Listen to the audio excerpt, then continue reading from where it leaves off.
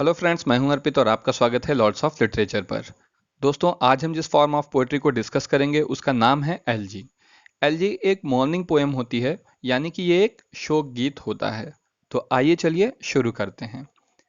LG poetry की एक ऐसी फॉर्म है जो किसी ऐसे व्यक्ति की याद में लिखी जाती है जिसकी डेथ हो चुकी है। ये आमतौर पर किसी व्यक्ति की डेथ पर शोक प्रकट करती है। एलजी सामान्यतः किसी ऐसे व्यक्ति के लिए लिखी जाती है जिसे राइटर अच्छी तरह से जानता है, लेकिन कभी कभी लोग ऐसे हीरोज के लिए भी एलजी लिखते हैं जिसकी बहुत पहले डेथ हो चुकी है। जैसे अगर आप चाहें तो आप भगत सिंह या झांसी की रानी के ऊपर भी एलजी लिख सकते हैं। एलजी शब्द ग्रीक भाषा के एल्गस से निकला है, जिसका अर्थ है फ्लूट के साथ गाया जाने वाला ऐसा गीत जो किसी की डेथ पर गाया जाता है। आज हम एलजी की जिस फॉर्म को देखते हैं उसकी शुरुआत 16th सेंचुरी में हुई थी।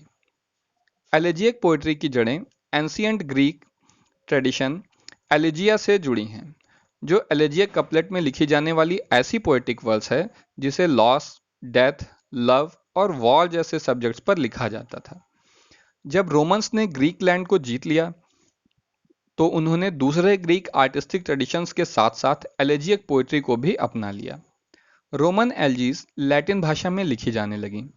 रोमन एल्जीज भी ग्रीक एल्जीज जैसे विषयों पर ही लिखी जाती थीं, लेकिन उनमें एरोटिक और माइथोलॉजिकल थीम्स पर स्पेशल एम्फेसिस होता था। रेनेसा के दौरान एल्जी पोएम्स भी रिवाइव हुईं और इंग्लिश लिटरेचर के प्रभाव में आईं। इंग्लिश पोएट्स ने अपनी एल्जीज में डेथ और लॉस ऑफ लव्ड वन पर अधिक जोर दिया और रोमन ट्रेडिशन के एरोटिसिज्म को इग्नोर किया, या ये कहा जा सकता है कि एक तरह से डाउन प्ले किया।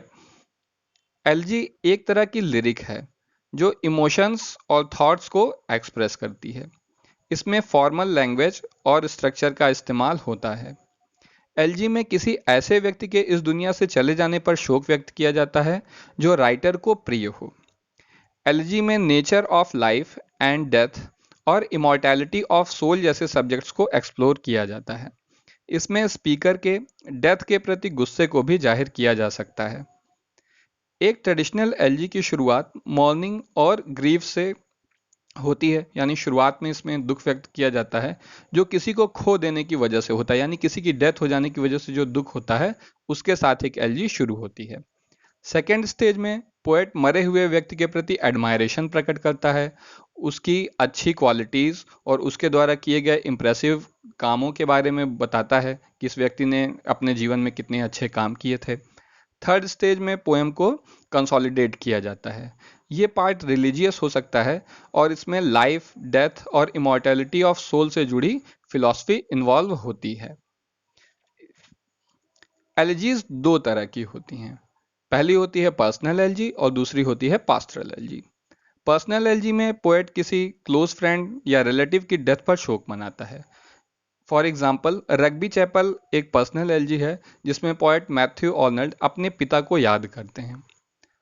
Pastoral LG poet human destiny या फिर कंटेम्प्रेरी लाइफ ऑफ लिटरेचर के प्रति दुख व्यक्त करता है। इस किस्म की एलजी में इसमें philosophy of life and death involve होती है। मिल्टन की लिसिडस पास्टरल एलजी का बहुत ही अच्छा एग्जाम्पल है, जो उन्होंने अपने कॉलेज फ्रेंड एडवर्ड किंग की डेथ पर लिखी थी। किसी को डेथ की वजह से खो देना एक बहुत ही पेनफुल एक्सपीरियंस है और कभी ना कभी हम सभी इससे गुजरते हैं। इसलिए एलजीज एक ब्रॉडली शेयर्ड ह्यूमन इमोशन से मोटिवेट होती हैं और डेथ से जुड़े इमोशंस इतने स्ट्रॉन्ग और यूनिवर्सल हैं कि एलजीज दिल की गहराइयों में उतर जाती हैं।